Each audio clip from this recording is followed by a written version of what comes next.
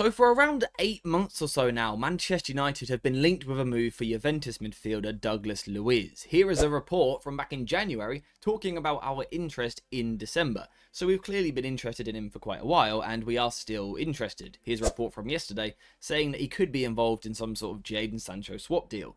Now, is a swap deal actually likely? I'm not too sure. I don't know that it actually happens that regularly in football, but I do think Douglas Luiz is a player that we should look at because we've been linked with him a lot, and I've had so many comments asking about Douglas Luiz and his fit at Manchester United. So today we are going to talk about how good he actually is. And I'm going to start off with a big compliment for the fella, and that is that he is a very complete, well-rounded midfielder. He's technically secure on the ball, he's a good passer of the ball, he actually dribbles and carries the ball really effectively, and also has pretty good mobility. So that's a brilliant start. He's got a great base as a all-round complete midfielder. Although I do have one concern that we will come back to a little bit later in the video, which makes me a little bit hesitant about his fit. So the first thing that I want to discuss is Douglas Luiz and his sort of development as a player and the kind of career path that he's gone on, not in terms of the clubs that he's played for, but in terms of the style that he has played with. We can see in his heat map from his first season with Aston Villa in the Premier League, he was sort of a deep lying playmaker, someone who would sit just in front of his defence, and his job from that position was to dictate and dominate the play like a deep lying playmaker does. And the reason why they asked Luiz to do this is because he is very, very comfortable on the ball, and more importantly, very comfortable at using both feet, not just to control the ball, but also to pass the ball.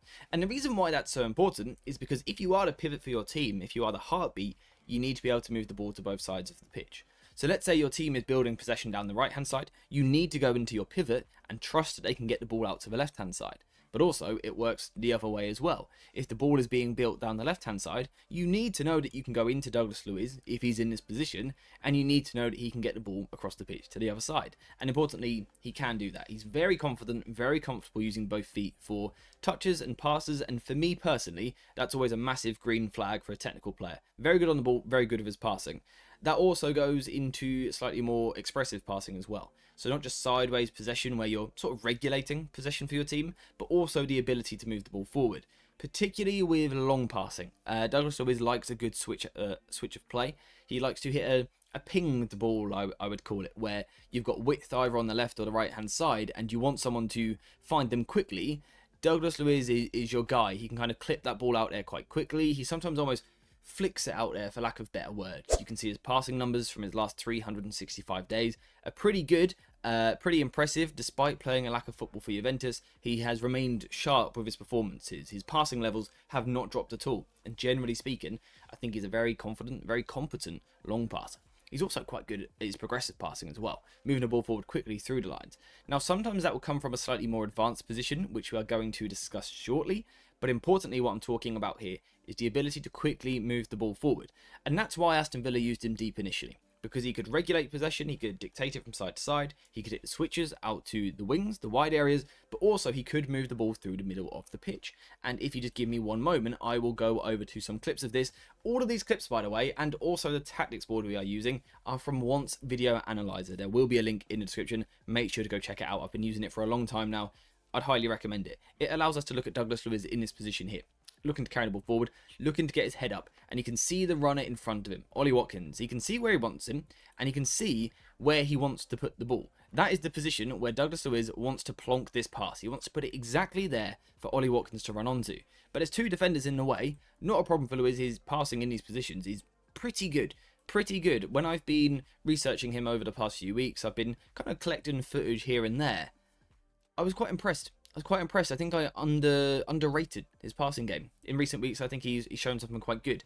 Again, in a situation like this, picking the ball up, head up, looking to play forward as he carries the ball. And again, it's a similar sort of pass where he's kind of threading the needle to play the ball in behind for a runner to run onto. At Manchester United, this could be useful.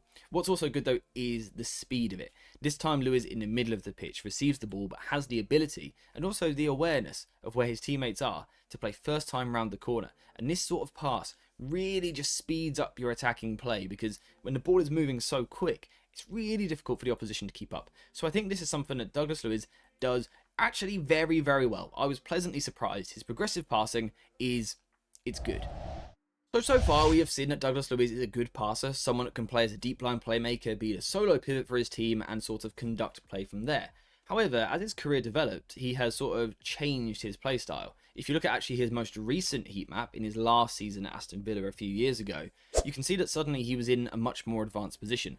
Rather than being a deep-lying playmaker that was going to sit here, suddenly he became much more of a box-to-box midfielder, and that is now where Douglas Luiz is at his best. And the main reason for that, for me personally, is because of his dribbling ability and his ball carrying ability. He's really, really good at carrying the ball forward and taking responsibility. Got a brilliant low centre of gravity, and the way he sort of twists and turns past the opposition is quite effortless at times. Again, it wasn't something that I was necessarily expecting from his game. I hadn't watched a lot of Douglas Luiz's career prior to the past few months, but watching him more and more, he's really impressive. Again, I think it's the low centre of gravity, the ability to get under the opposition almost at times, and the way he twists. He's so agile, and it makes him great at moving the ball forward. You can see, again, in the last 365 days, he has continued to do this, which is just excellent. It's the sort of thing that Manchester United need, because what it allows you to do is almost break systems. I always call dribblers system breakers, right? Because they go past people. They go past people, which causes problem for the opposition. You can see that as Luiz receives the ball here. Puts his studs on the ball to slow the game down, and then quickly switches to tempo. Quickly bursts forward past his defender, and actually keeps going until he gets himself into the final third. That change of tempo is really, really useful, particularly on the left side, and you can see it again here. Racing towards the ball. Going forward, wanting to express himself, take responsibility to draw people towards him and take them on. He wants to go past people. And again, I was really impressed with this side of his game. In terms of the tactical fit of that, that's the wrong thing. In terms of the tactical fit of that, if we look over here, I'm not entirely sure how it fits, because for me, I think we want more of a pass first midfielder. But it almost feels like we want the old Douglas Luiz a little bit. You know, we want his earlier days, not what he does now, where he links to play, where he carries the ball forward, where he drives forward with the ball. And looks to get involved in the final third. His combination play is pretty good. He links play well. He can move it quickly, 1 and 2 touch football, moving off of people. He's also comfortable moving out wide if he needs to suit his team on the ball. And also, I think he's got a pretty good delivery into the final third as well. But that's probably not even talking about his biggest strength yet. Arguably, his biggest asset is actually his runs off the ball and his ability to box crash. So the ball might be wide, he has that ability to bomb into the box to make himself available.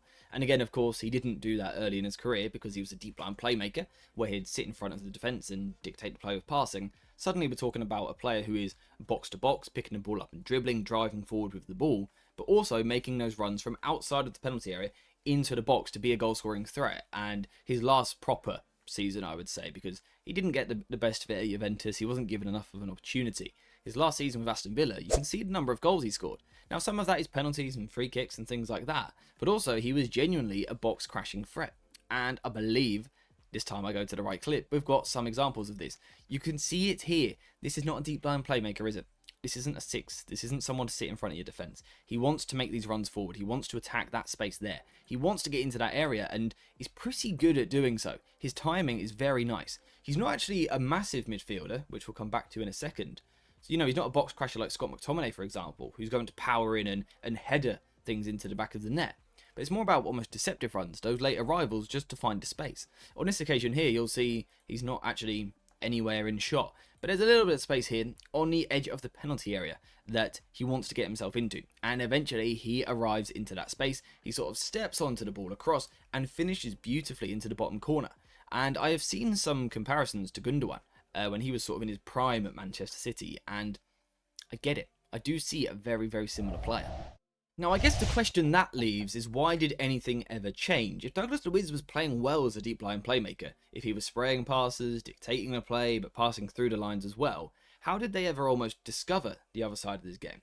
And this is actually where the problems start to come in.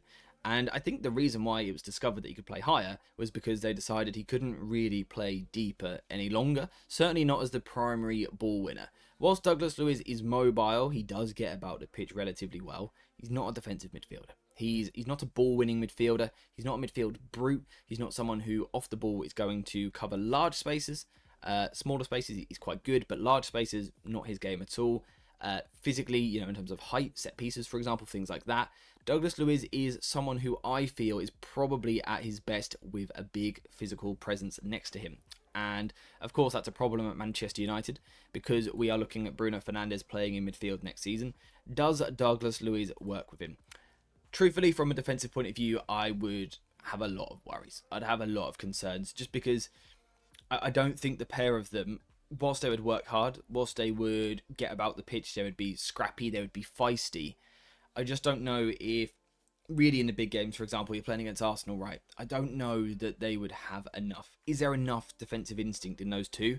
I'm not convinced. Although, if, for example, you play 3 centre-backs across the back, so Yoro, De Ligt, and then rather than Mazraoui, you have a Maguire or someone like that, 3 proper centre-backs, then maybe that takes some of the defensive burden off of the midfield too. Maybe at that point, it could work. In terms of on the ball, I think it could be quite nice, especially if Douglas Luiz sort of reverted back to his deep line playmaker ways, given Bruno Fernandes the license to get forward. That could actually work really nicely. I think on the ball, the two would complement each other, because we know that Bruno sometimes likes to drop deep and dictate the game, and that's when Luiz could move further forward.